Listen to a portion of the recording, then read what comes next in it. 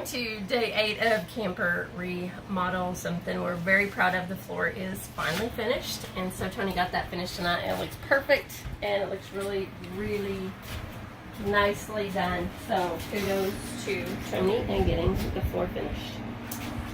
On some of the other aspects of it, we have been priming, and we saw on a YouTube video this great idea about taking metal paint and spray paint and just spray painting metal components.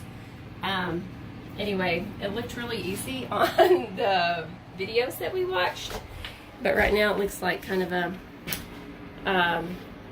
somewhat of a massacre.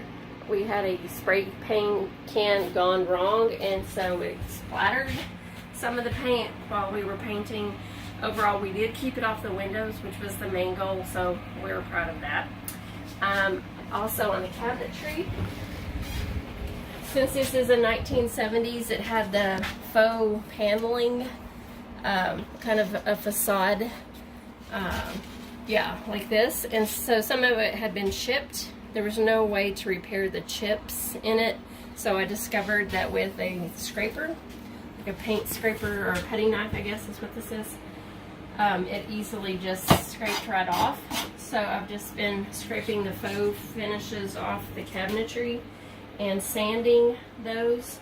So I'll just go back after I've sanded again. I've sanded once, and so I'll sand again, and that should make a really good finish for painting.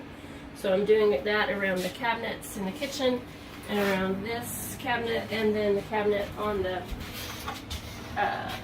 closet. And so those should be ready to finish sanding and painting.